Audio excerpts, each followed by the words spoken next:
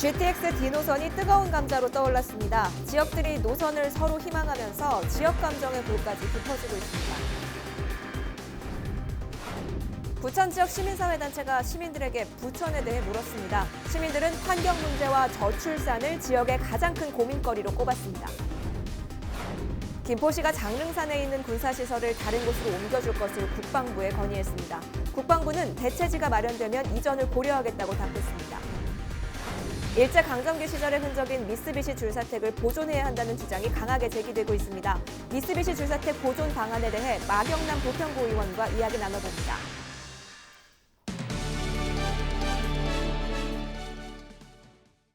시청자 여러분 안녕하십니까? 헬로티비 뉴스 시작합니다. 오늘의 첫 소식입니다. 정부의 대도시권 광역교통 비전 발표 이후에 GTX D 노선이 뜨거운 감자로 떠올랐습니다. 발표가 난 지 한 달이나 지났지만 지역 커뮤니티에서는 여전히 GTX D를 놓고 열띤 논쟁이 벌어지고 있는데요. 확정되지도 않은 노선을 두고 지역 감정의 골까지 깊어지고 있습니다. 이세진 기자가 보도합니다.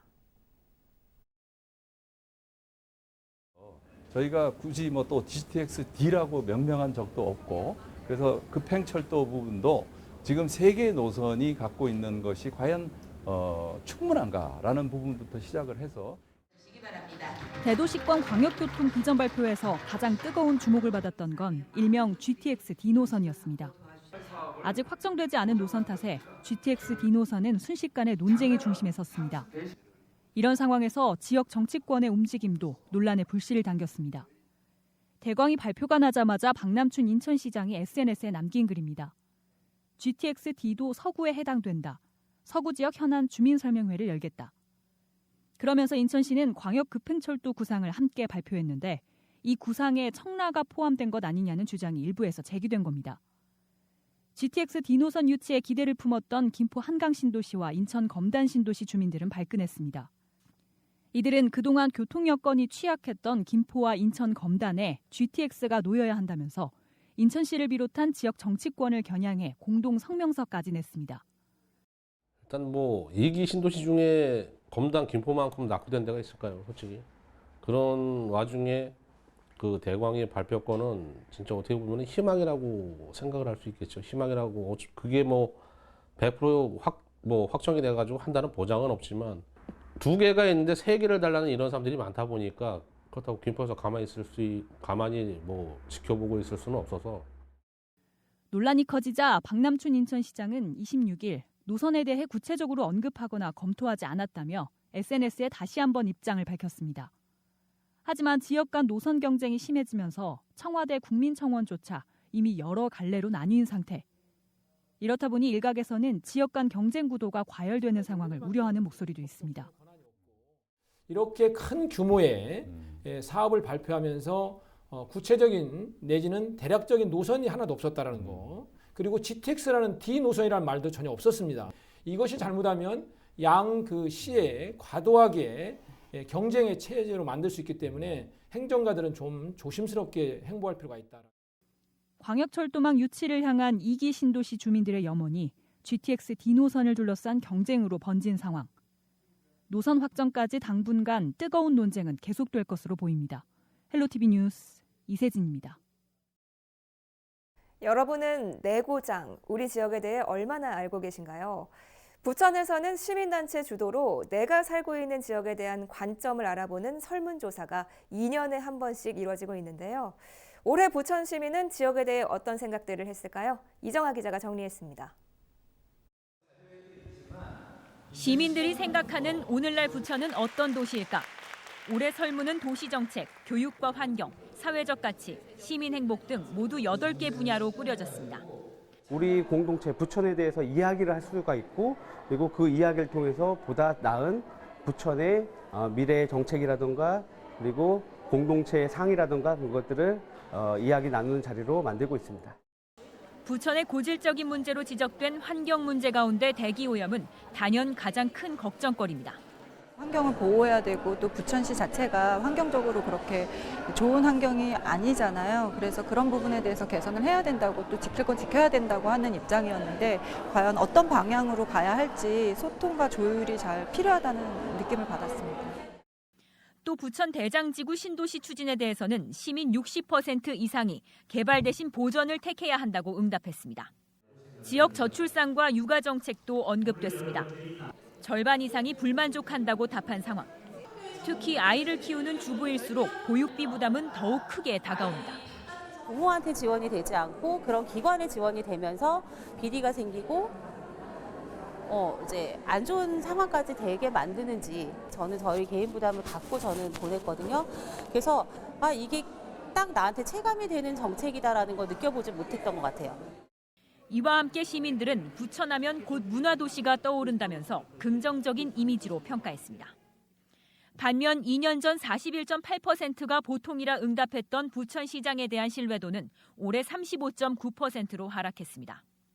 이번 조사는 부천 YMCA가 가톨릭대학교와 함께 부천 시민 2,000명을 대상으로 서면 조사해 응답률 62%를 기록했으며 표본 오차는 95% 신뢰 수준에 플러스 마이너스 1.03%포인트입니다. 헬로티비 뉴스 이정아입니다. 김포시가 장릉산에 남아있는 군사시설을 다른 곳으로 옮겨달라고 국방부에 건의했습니다. 26일 경기도 북부청사에서 열린 국방부와 접경지역 지자체 간담회에서 정하영 김포시장은 장릉산 포대는 지난 수해 때 지뢰가 노출되고 탄약고는 마을 한가운데 위치해 있어 시민 안전이 우려된다고 지적했습니다. 그러면서 탄약고는 이전을 검토해야 하며 포대는 이전하기 전이라도 시민들이 산책로로 이용할 수 있도록 일부 개방해달라고도 요청했습니다. 이에 국방부는 장릉산 포대는 국가 중요 시설에 대한 대공 방어 시설이어서 당장 이전은 어렵다면서도 대체지가 마련되면 이전을 적극 고려하겠다고 답했습니다. 부평 지역에서는 부평 4동이 어린이 교통사고가 가장 많이 발생하는 것으로 조사됐습니다. 부평구가 지난 5년 동안 지역에서 발생한 보행자 교통사고 빅데이터를 분석했는데요. 기간 동안 부평 4동에서는 모두 16건의 어린이 교통사고가 발생했습니다. 성별로는 여자 어린이보다 남자 어린이의 사고 비율이 높았는데요. 특히 하교 시간인 오후 4시와 8시 사이에 사고가 집중적으로 발생했습니다.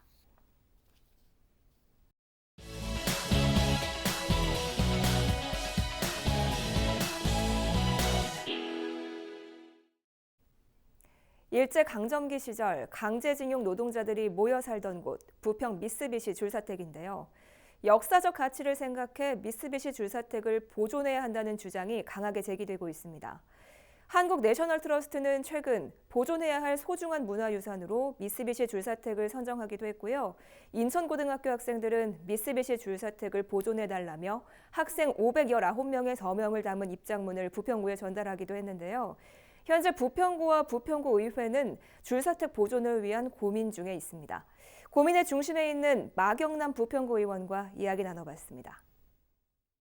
미쓰비시 줄사택은 구민들이 살고 있는 생활의 공간이기도 하지만 우리 동아시아 태평양 전쟁의 유적이나 마찬가지인 공간이죠. 그 공간에 대해서 가치는 학계에 계시거나 이제 많은 공부를 하신 분들은 이 가치에 대해서 많이 말씀하시고 실제 생활을 하시는 분들은 또 생활 속의 편리 그리고 또 사는 동안에 이게 무너질까 봐 걱정되는 부분까지도 있습니다. 그래서 본 의원은 저는 사실 박물관 미술관 학을 공부한 사람으로서 전공자로서 이곳은 상당히 남길 수 있는 가치가 있는 공간이라는 거는 적극 동의를 하고 있고 남기는 방법에 대한 변화는 지금 현실에 맞춰서 준비해야 된다고 생각합니다. 생각이 정말 저는 중요했다고 생각합니다. 문화원에서 이러한 미쓰비시 줄사택에 대한 사전 교육을 문화원에서 선생님이 받으시고 이거에 대한 가치를 아이들한테 전달하셔서 아이들한테 동아리 활동을 유도하셨거든요. 그런 것을 가지고 보면 교사가 제대로 된 정말 교육을 했구나라는 생각을 할 수 있었고요. 또 아이들한테는 제가 어떤 말을 했냐면 실제 아이들이 봤던 미쓰비시라는 공간은 생활의 공간이고 그 지역의 사람들은 많은 반대도 하는 공간이기 때문에 우리 아이들이 할 수 있는 말들 남겨주십시오라는 방법적인 것을 같이 고민해 봤습니다. 준문화재급으로 해서 이쪽을 철거하는 과정 속에서 보존을 할 수 있는 방안을 연구했습니다. 철거 과정 속에서 기존의 동아시아 태평양 전쟁에 있었던 실제 사람들이 거주했던 사람들의 엽서나 뭐 철모나 이런 것들이 막 같이 나오고 있거든요. 그래서 그런 것들을 다 유물화하고 있고요. 그다음에 철거 과정 속에서 실측을 해서 그 미쓰비시 주사택 자체가 유물이라는 표현을 하고 있고, 그다음에 철거를 한 것을 항온 항습에 맞춰서 수장고에다가 갖다 놓을 수 있는 방부 처리까지도 지금 현재 진행하고 있어서 생명이 없다고 생각했던 것을 숨을 불어넣고 유물화하는 과정을 현재 부평구는 하고 있다고 생각합니다. 최근에 제가 부서 과장님을 만나고 미쓰비시 주사택에 대해서 함께 고민을 해봤습니다. 그래서 부서의 방법은 본 의원이 제안한 것처럼 3D 복원까지도 생각을 하고 있고요. 그다음에 실제 우리는 주사택은 줄지어 있는 게 주사택이지 단 한 채만 남아있는 게 주사택이 아니거든요. 그렇기 때문에 그 무리지어 있을 수 있는 사택을 보존하는 방법에 대해서 같이 고민하고 연구하고 있습니다. 제가 우선 인천구 아이들을 만나서 아이들이 이것을 단지 남겨달라라는 청원을 했다면 아이들하고 합의를 했던 내용이 뭐냐면, 우리가 그러면 현실적으로 남기는 방안이 어떻게 될 수 있는가. 그러면 그 문화재청에서 3D 복원에 대해서 현재 많이 그렇게 하고 있다는 것을 설명하면서 사라질 수 있는 미쓰비시라는 공간이 기억의 공간이 됐으면 좋겠고, 그 기억의 공간은 3D로 복원하는 방법까지도 우리 친구들과 함께 얘기하고, 또 친구들은 이러한 것을 전 세계 사람들에게 알리고 싶다는 마음에 저랑 SNS 친구가 되기로 했어요. 그래서 저랑 같이 하나의 목소리를 내는 친구가 되고 밴드를 만들어서 세계적으로 우리가 이런 공간이 있고 그 침략을 받았던 흔적이 아직도 생활사로 있다라는 걸 표방하려고 하는 거죠. 그리고 이 아이들은 이제 미쓰비시에서만 머무는 게 아니라 캠프마켓까지 갈 수 있는 프로그램도 같이 만들기로 했습니다. 아이들이 그 동아시아 태평양 전쟁의 유적 속에서 살고 있는 우리 부평의 아이들이 우리가 살고 있는 우리 지역을 사랑할 수 있는 방법, 그 다크 히스토리가 절대 부끄럽지 않고 우리의 역사적 자체가 될 수 있다라는 것을 아이들이 느끼는 시간이 됐었고요. 이러한 과정을 부서에게 제가 전달을 하고 우리 부평구에 있는 자라나는 청소년들에게 이런 것들이 있다라는 교육 프로그램도 만들 수 있고, 그다음에 그 공간이 정말 기억의 공간으로 사랑을 받을 수 있는 부평 이동이 될 수 있도록 적극적으로 그 공간을 재조명하는 역할을 제가 하고자 합니다.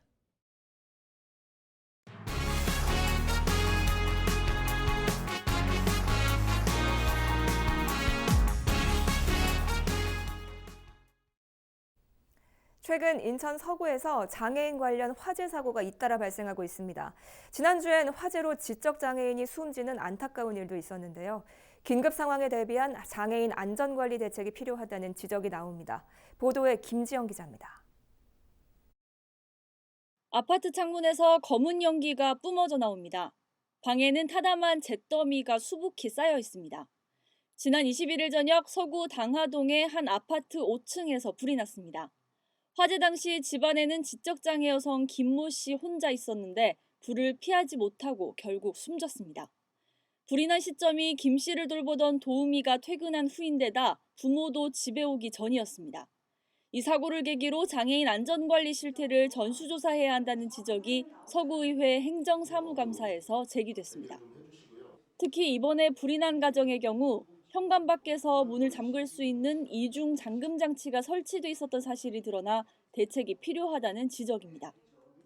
장애인 가정은 또 불가피하게 그런 자녀들이 밖으로 나가는 걸 방지해야 되기 때문에 그런 시설을 다른 가정도 제가 볼 때 설치했을 수도 있습니다. 그래서 이번 기회를 계기로 장애인 가정, 사업장 이런 데 전수 좀 조사를 하셔가지고 그렇게 자동 잠금으로 해서 안에서 못 열게 돼 있는 부분들에서는 좀 시정이 필요하다.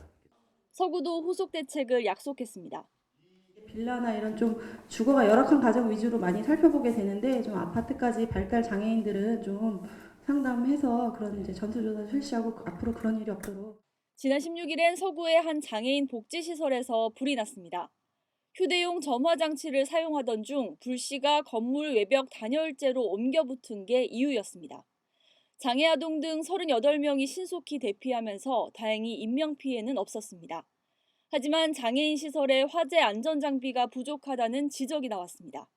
방역 마스크 비치 지원 조례가 있습니다.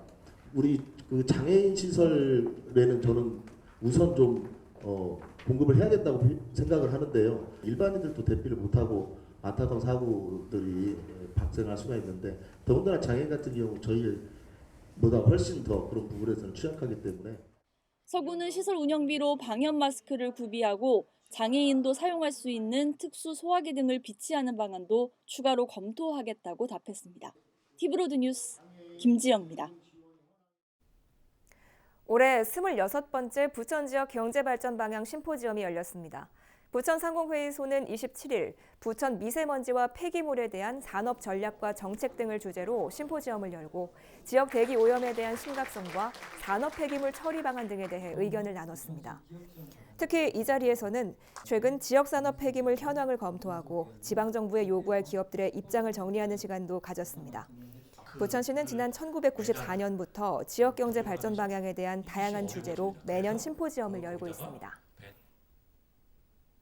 인천 언론인클럽이 27일 갯벌타워 국제회의장에서 4.15 총선 인천 민심 어디로 가나라는 주제로 토론회를 열었습니다. 이번 토론회는 총선을 앞두고 각 정당에서 준비한 비전을 들어보기 위해 마련됐는데요. 더불어민주당과 자유한국당, 정의당 그리고 바른미래당이 참여했습니다. 한편 토론회에 앞서 제18회 인천 언론상 시상식이 열렸습니다. 인천시가 26일 행정안전부 주관으로 열린 2019년 지방인사혁신경진대회에서 대통령상을 받았습니다. 이번 경진대회에서는 우수 사례로 선정된 10개 지방자치단체가 참여했는데요. 인천시는 직원들의 참여로 의사를 결정하는 공감인사협의회를 운영한 부분 등에서 높은 점수를 받았습니다. 26일 오후 2시 50분쯤 인천 청라국제도시의 한 공연장 신축 공사 현장에서 불이 났습니다. 불은 건물 외벽 등을 태우고 발생 50분 만에 진화됐는데요. 1,300만 원의 재산 피해가 발생했지만 다행히 인명피해는 없었습니다. 소방당국은 공연장 2층 태양광 시설에서 불이 시작된 것으로 보고 정확한 화재 원인을 조사하고 있습니다. 인천시가 내년 1월 3일까지 지역 노인복지시설의 안전점검에 나섭니다. 점검 대상은 지역 내 복지시설 533개소입니다. 인천시는 보건복지부, 전문가 등과 함께 합동점검팀을 구성해 복지시설 내 소방과 가스, 전기시설물을 집중 점검할 계획입니다. 인천시는 문제사항에 대해서는 보수 조치를 명령하고 다음 안전점검 때 이를 재확인할 방침입니다. 고농도 미세먼지가 기승을 부리는 겨울철에 맞춰 경기도가 미세먼지 계절관리제를 시행합니다. 시행기간은 다음 달 1일부터 내년 3월 말까지입니다. 경기도형 미세먼지 계절관리제는 전국적으로 시행되는 정부 미세먼지 관리 정책에 도의 자체 사업을 더한 것입니다. 먼저 배출가스 5등급 차량 운행 제한과 공공부문 차량 2부제, 취약계층 마스크 보급 등은 정부 정책과 연계해 추진합니다. 경기도는 이와 별도로 민간환경감시단 124명을 동원해 공사장이나 공장 등 미세먼지 집중 배출 지역에 대한 관리를 강화하고 580여 대의 도로 청소차 투입, 친환경 콘덴싱 보일러 보급 등도 추진할 계획입니다.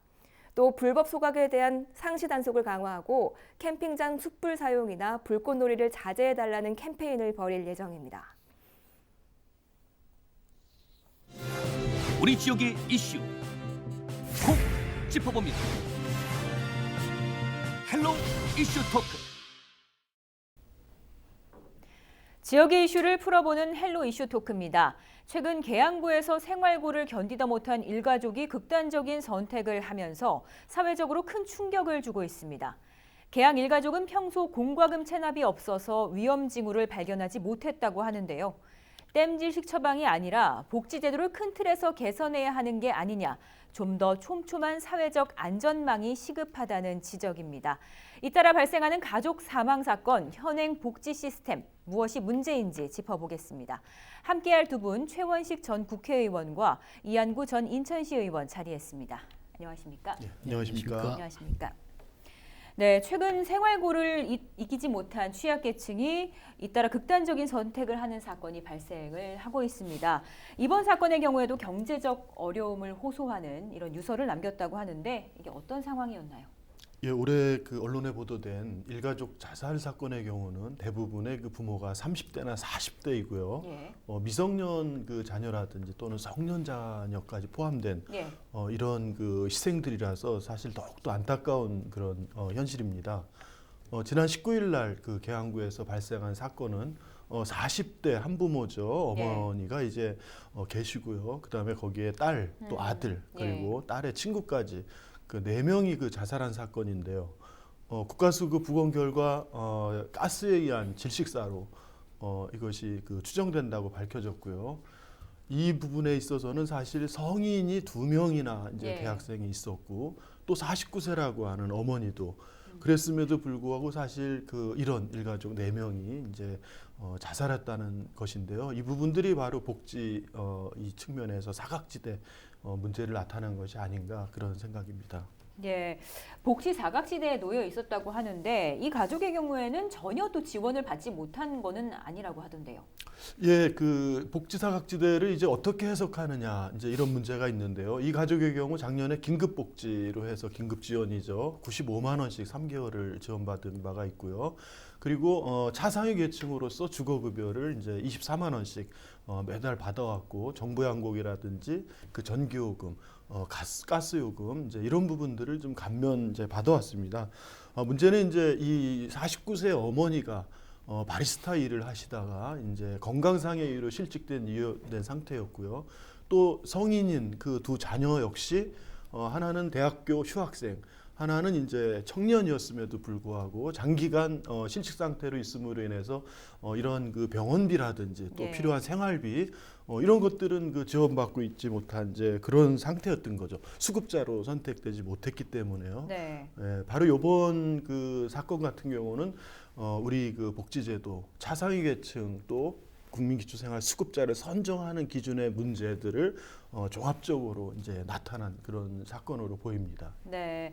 지난 2014년 송파 세모녀 사건에서부터 얼마 전에 이 성북동 세모녀 사건까지 생활고로 인한 극단적인 사태가 잇따라서 발생을 하고 있습니다. 바른미래당에서도 이것과 관련해서 성명서를 냈는데요. 왜 이런 사건이 발생을 했다고 보십니까? 안타까운 자살 사건이 연이어지고 있는데요. 특히 이제 아까 이한구 의원이 지적한 것처럼 어린 애뿐만 아니라 이제는 청년까지도 자살을 하는 안타까운 사건이 이어지고 있습니다. 이것은 좀 그 우리나라의 심각한 사회 문제, 경제 위기, 고용 위기, 그리고 사회 복지 시스템의 한계를 고스란히 노정하는 것이 아닌가라는 생각도 들고 또 일종의 하인리비 법칙의 징후가 아닌가 하는 그런 생각도 듭니다. 그래서 이러한 문제들에 대한 사회적인 관심과 또 긴급한 대책이 필요하다고 생각해서 저희 바른미래당에서 성명서를 낸 것입니다. 네, 그 송파 세모녀 사건 이후에 복지부는 이 국민기초생활보장법을 개정해서 기초생활보장 수급자 범위를 대폭 확대했습니다. 또한 복지 사각지대 발굴 시스템을 만들었는데 왜 이런 사건이 지금 계속 발생을 하는 거죠? 그러니까 정부에서는 올 초에 복지 위기가구 발굴 대책을 발표했습니다. 그래서 그 찾아가는 복지 서비스를 하겠다. 그리고 사회복지 전담 공무원을 확충한다. 그리고 차세대 사회보장 정보 시스템을 구축해서 위기가구를 조속히 발굴해서 대책을 세운다는데 이런 사태가 이어진다는 것은 이 시스템이 미흡하거나 아니면 현장에서 제대로 작동하지 않고 있는 거죠. 그래서 일단 이 시스템을 다시 한번 점검해서 대책을 조속히 마련하는 게 필요하다고 생각합니다. 네, 그 발굴의 어려움을 좀 많이 지적을 하지만 계양 일가족의 경우에는 3개월 긴급 지원을 받을 정도로 이 생계가 곤란한 게 파악이 됐잖아요. 네네. 근데 왜 사후 관리가 안 됐던 거죠? 신청자 위주 이제 정책이라고 해서 여력이 없거나 의지가 없는 경우에는 사실 뭐 사각지대로 남게 됩니다. 이번 계양회 같은 경우는 사실 이번 그 국민기초생활 수급자 선정 기준에 아주 핵심적인 문제가 드러난 아주 중요한 사건이 이게 된 것입니다. 뭐냐면 무엇보다도 이 대상자의 일촌이내 이런 그 부양 의무자가 있을 경우에는 이게 부양 의무자가 돌보지 않아도 수급 대상자가 되지 않는 겁니다. 그러니까 사각지대로 남게 되는 거죠. 또 하나는 그 이번 경우처럼 성인 자녀 2명이 있었는데 지금 경기 침체로 인해서 그 청년 실업들이 급증한 상태인 거죠. 근데 문제는 그 추정소득이라고 해서 대상자의 한 세대 안에 같이 거주하는 65세 이하의 건강이나 특별한 문제가 없다면 예. 모두 추정소득을 부여합니다. 그렇다 보니까 그 수급자 선정에서 이것이 제외가 되는 거죠. 이러한 그 부양 의무자 제도 문제랑 또 하나는 세대 내 65세 이하를 무조건 추정소득을 부여해서 이 수급 대상에서 제외하고 있는 현재 우리나라 그 핵심적 수급자 선정의 그 문제가 나타난 사건입니다. 예. 실제 개항 일가족처럼 위기 가정의 경우에는 이 주거급여나 생계급여, 긴급지원처럼 이런 지원 대책이 있지만 현실적으로 지원을 받는데 준비해야 될 게 좀 많아서 좀 신청을 하기 어렵다, 뭐 이런 지적들이 있는데요. 예, 그리고 그 실제로 보면은 취약계층들이 이런 사회복지에 대한 수급을 어떻게 해야 되는 이런 절차를 잘 많이 모릅니다. 예. 아무래도 그 학력 격차도 있는 것 같고요.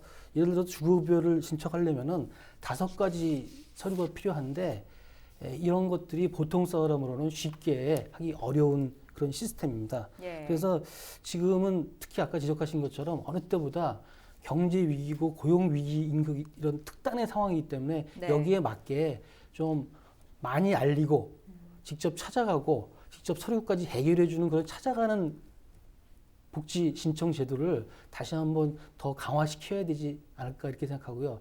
또 부양 의무자 문제는 지금 사실 현실적으로 이 가족 간에 부양료를 청구하는 게 없을 정도로 많이 어떤 가족 관계가 해체돼 가고 있습니다. 네. 그렇기 때문에 이런 부양이 실제로 사회적으로 진행이 안 되고 있는데 그 기준을 가지고 사회복지 수급을 따진다는 거는 현실에 맞지 않는 거죠. 그래서 만약 이 제도 자체를 철폐하거나 유지한다면은 우선적으로 정부가 지급하고 정부가 구상을 하는 그런 어떤 그런 시스템의 변화들을 많이 고민을 해야 될 것 같습니다. 앞서서 5가지 조건을 말씀하셨는데요. 네. 구체적으로 어떤 것들인가요? 주거급여 신청하려면은 먼저 사회보장급여 제공 신청서를 작성해야 되고 그다음에 소득재산 신고서, 금융정보 제공 동의서, 임대차 계약서, 그다음에 통장서 이런 서류를 해야 되는데 이제 행정적인 절차로 좀 지식 있는 사람들은 이게 쉬울 수 있지만은 취약계층들은 이러한 일들을 많이 안 해봤기 때문에 정확히 알려주고 그걸 도와주고 작성하게 만들고 이렇게까지 협력 관계로 가지 않으면 실제로 신청이 제대로 안 되는 거죠. 근데 이제 많은 전문가들은 좀 더 세밀하고 좀 꼼꼼한 대책들을 요구를 하는데 구체적으로 어떤 방안이 좀 필요하다고 보십니까? 거시적으로는 지금 사회복지 예산이 너무 국가적으로 중복되고 낭비되는 게 많습니다. 최근 언론 보도에 의하면 23조 정도가 중복된다는 지적도 있고요. 그리고 이러한 복지 시스템을 좀 우리 현실에 맞게 정리해서 정비할 필요성이 있습니다. 그리고 실제로 낭비가 되지 않도록 사후 체크를 해서 그리고 두 번째로는 우리에 맞는 비버리지 보고서가 나와서 그 중부담 중복지라는 사회적 합의를 거쳐서 우리에 맞는 복지 시스템을 갖춰야 된다고 하고요. 그다음에 아주 현실적으로는 지금 복지 위기 가구 발굴 대책을 현장에 맞게 다시 한번 점검을 해야 됩니다. 그 대책은 있지만은 작동이 안 된 측면도 있거든요. 그래서 미흡한 거는 보완시키더라도 그래서 실제로 찾아가고 알리고 거기에 맞게 해결해 주는 그런 복지 행정이 필요한 시점이죠. 이전 의원께서는 좀 어떻게 보세요? 2019년 그 최근에 이제 통계조사 결과를 발표했는데 그 복지 체감도가 지난 2년 동안 49%에서 사실 61% 좋아진 걸로 나타났거든요. 그럼에도 불구하고 이러한 그 극단적 사건들은 더 늘어나고 있는 추세죠. 2년 전보다. 그 사회 보장은 좋아졌지만 자살률은 이제 줄지 않는 것은 그 현금을 지원하는 이런 재정적 지원에 머물어서는 이런 복지 체계 전반이 개선되지 않는다는 겁니다. 외국의 사례에도 보듯이 미국이라든지 이런 먼저 그 발전된 나라들이 대부분의 나라들이 초기에 자살률이 높았는데 지금 자살률이 급감한 거에 비해서 우리나라만 OECD 1위잖아요. 특히 뭐 70세 이상 그 어르신들 농촌 지역이나 이런 뭐 2003년부터 계속 자살률 1위인데 다른 나라들은 이것을 그 복지 재원 지정에만 국한하지 않고요. 이 사람들이 왜 사회로부터 그 격리돼 있고 왜 사회와 함께 이것을 극복할 의지 이런 것들을 갖지 못하는지 또 이 사람들이 여러 주변 여건이나 환경에 의해서 정신적 이런 부분은 없는지 이런 것들을 종합적으로 처방한다는 거죠. 예. 그래서 의지를 향상시킨다든지 또는 정신과적 이런 요인들에 있어서 우울증이라든지 뭐 이런 문제들을 이 건강 이제 병 이런 치료를 통해서 사실 이런 극단적 선택들을 줄여 나가고 있는데 우리나라는 꼴찌입니다. 자살률은 제일 높은 나라가 이 정신적 치료 기록이나 이런 처방이나 이런 것들은 꼴찌인 상태죠. 그러니까 이게 복지에 있어서 재정을 투입하는 지금 이렇게 직접 현금 지원하는 것만으로 이 사회적 전반의 문제를 해결할 수 없다는 것을 보여주는 단면이라고 봅니다. 근데 사실 생활고를 겪고 있다고 하면 현금 지원이 가장 현실적인 대안이 아닐까요? 어떻게 보세요? 뭐 현금 지원이 필요하기도 하지만 최근에 30대, 40대들은 사실은 장기적 어려움보다는 한 번의 어떤 사업 실패라든지 이런 경우들이 많아요. 최근에 언론에 그 일가족 그런 자살 사건들의 대부분들이요. 이런 걸 볼 때는 사실 그 또 하나는 아까 말씀드린 대로 고령, 농촌 지역의 고령 인구들. 우리나라 자살률이 바로 농촌 지역의 70대 이상 인구가 가장 높고요. 그 다음에 이제 청년층, 그 다음에 이제 20대, 이제 10대죠. 각종 그런 학업 경쟁 문제나 이런 걸로 인한 자살 문제. 그러니까 이런 부분들은 돈만으로 치료될 수 있는 것이 아니라는 걸 반증하거든요. 복지 사각지대 해소 대책이 나올 때까지 나올 때마다 한계로 지적이 되는 게 공무원들의 인력 문제입니다. 과거 인력을 대폭 충원을 했지만 복지사들의 업무 과중이 계속되고 있는데 이것을 어떻게 좀 극복을 해 나갈 방법은 없을까요? 지금 제가 그 사회보장 정보 시스템에 대해서 뭐 구체적으로 파악을 못해서 그렇지만은 그 사회보장 정보 시스템이 정보화 사회에서 상당히 중요한 역할을 합니다. 그래서 그런 사회보장 정보 시스템을 제대로 가동하게 해서 인력 낭비를 줄일 수 있고, 그 다음에 예를 들어서 광범위한 민간 보조를 받는 거죠. 예를 들면은 위기 가구를 발견하기 위해서는 가스, 수도, 전기 검침원들이 방문하지 않습니까? 그렇죠. 그런 인력들을 활용해서 조기 발견할 수 있는 걸지.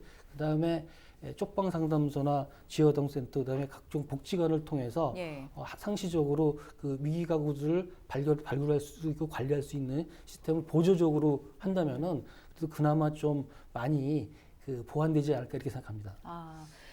어떻게 좀 보세요? 제가 구체적으로 사실 이 부분을 좀 말씀드리면, 예를 들면 이제 주민센터 하나의 지역에 보통 주민들이 15,000에서 한 2만 명, 최대 5만 명까지지만요. 근데 거기에 이 사회복지를 담당하는 공무원들이 5명입니다. 그리고 지난 그 정부에서는 이제 그 행정 그 복지센터 해서 사실은 이 주민센터를 복지의 어떤 통합적인 이런 하나의 거점으로서 사실 이 행정적 자원만이 아니라 민간 자원까지 이걸 통합적으로 해서 사실 사각지대를 최소화하는 이런 부분이었는데, 또 최근에는 이거를 그 행정자치부가 이 주민 자치를 넘어서 이 복지까지도 또 통합하는 일종의 정부 부처 간 사실 또 이런 뭐라 그래야 되나요? 주도권이라고 해야 되나요? 이런 혼선들이 벌어지는 거예요. 이 근본적인 문제를 해결하는 데 있어서 어떻게 행정들을 극대화, 이 역량을 집중하고 동시에 지역 자원들의 네트워크를 어떻게 잘 활용하는, 이게 자꾸 바뀌는 거죠. 이런 시스템들도. 행정상의 문제 때문에 계속 구조적으로 복지 인력들이 취약하고 그 복지 인력들의 많은 인원수에 비해서 승진이나 이런 것도 아주 이렇게 낮고요. 그러니까 복지를 강조하면서도 실제 이것을 운영하는 시스템과 이것을 지원하는 여러 제도는 저 밑바닥에 있는 현실인 거죠. 박남춘 인천시장이 인천 복지 기준선을 설정해서 소외계층이 없도록 하겠다, 이런 이야기를 했습니다. 최근 이것과 관련된 용역이 한창 진행 중인데 복지 기준선을 설정함에 있어서 좀 조언을 하실 부분이 있다면 좀 강조를 한번 해주세요. 그 박남춘 시장께서 이제 맞춤형 복지 이제 공약 중에 이 복지 기준선을 이제 설정하겠다 이런 걸 했고요. 올해 3월달에 인천복지재단에 용역을 줘서 올 12월에 용역이 맞춰지고, 이것이 이제 내년에는 정책을 어떻게 적용할 것인가를 거쳐서 이제 내년 하반기에 예산이 편성되는데요. 저는 뭐 무엇보다도 그리고 사실 이번 공교롭게 그 20날 이 복지 기준선 관련 첫 시민 토론회가 있었습니다. 주거와 이제 그 이 소득에 관한 두 핵심 주제로요. 근데 이 개항의 사건이 19일 날 일어났어요. 그렇죠. 다음 날. 그래서 이 두 가지의 어떤 연계성들이 좀 많이 부각이 됐는데요. 중요한 거는 그 복지 기준선을 정하더라도 우리 인천시 이 구군별 재정 격차가 심하기 때문에 네. 국비를 지원하지 않는 한 이것은 시비 또는 구비 매칭을 할 것이 분명하거든요. 예. 그렇다고 하면은 현재 같은 그 10개 구군의 재정적 격차가 극심한데 네. 이런 것들을 인천시가 이런 획일적 복지 기준선과 또 하나는 재정 재원 기준을 근거로 해서는 암만 이것을 기준선을 만들어도 현실성이 지역별 격차가 심할 거다. 네. 예를 들면은 이 사각지대나 취약계층이 많은 지역은요. 네. 이것을 지원해야 될 행정 역량도 다른 인원수 대비로 하니까 공무원 수가 적죠. 또 하나는 이거를 보완할 민간 지원 역량도 그 지역 전체의 자원이 적은 거예요. 예. 이런 불균형이 있는 거기 때문에 바로 이런 구군 간 또는 구 내에서 그런 그 좀 더 좀 생활이 좀 수준이 높은 곳과 네. 그렇지 않은 곳들이 형평성으로 진행되도록 재정 지원과 민간 자원 활용하는 것들을 통합적으로 잘 그 현실화하는 방안을 마련해야 된다고 봅니다. 네. 복지 기준선 맞춰가는 방안들 좀 어떤 것들이 있을까요? 그 영국이 1941년도에 예. 비버리지 보고서를 발표를 합니다. 네. 근데 이제 중요한 건 2차 세계대전 때 발표했다는 게 상당히 중요한 거예요. 지금 어려운 시기에. 그런데 그때는 실행을 못했지만은 전후에 네. 노동당이 집권하면서 하나하나 실행하면서 복지국가로 발전합니다. 그런 의미에서 복지기준선을 얘기했다는 건 좋은 의미로 받아들이는데 네. 문제는 이 복지기준선을 만들 때는 우선 철저하게 과학적으로 실태를 파악을 해야 됩니다. 과학적으로. 그걸 막연하게 토론으로 넘겨서는 안 되고 실제 지금 우리 그 어떤 소득을 받는 사람이 몇 퍼센트고 어떤 상태다 이건 정확히 파악해야 되고 두 번째로는 우리가 부담 가능한 재정이 어느 정도인가를 또 정확히 파악해서 네. 이걸 어떻게 맞출 것인가를 고민을 하면서 사회적 합의를 이루어가는데 제가 부탁하고 싶은 얘기는 지금 우리나라 복지 상당한 문제가 포퓰리즘에 휘둘리면 안 되고 네. 특히 너무 보편적 복지 중심으로 가는데 취약계층에 집중할 수 있는 지금 선별적 복지가 이 경제 위기 시절에는 중요합니다. 그래서 그런 융통성 있는 선별적 복지를 강조하고 싶다 이렇게 말씀드리고 싶습니다. 네, 네.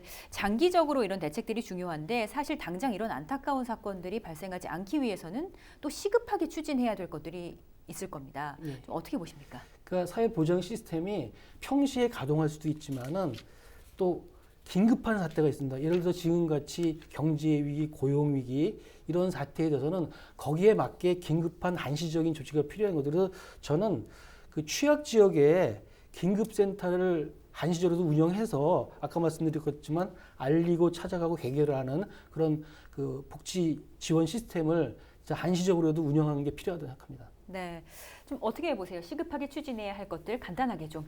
2020년에 사실은 이 복지 예산이 이제 올해 72조에서 82조로 정부원이 올라갔는데요. 예. 바로 바로 아까 말씀하신 부양 의무자 이런 네. 그 맹점들을 해결하기 위해서 국회에서 약 3, 4조 정도 네. 증액 요구안이 올라갔습니다.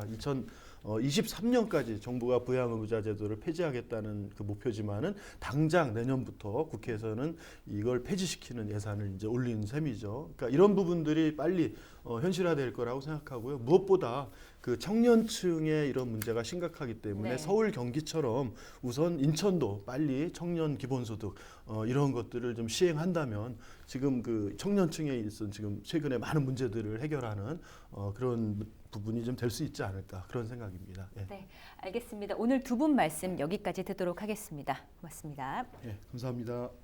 감사합니다.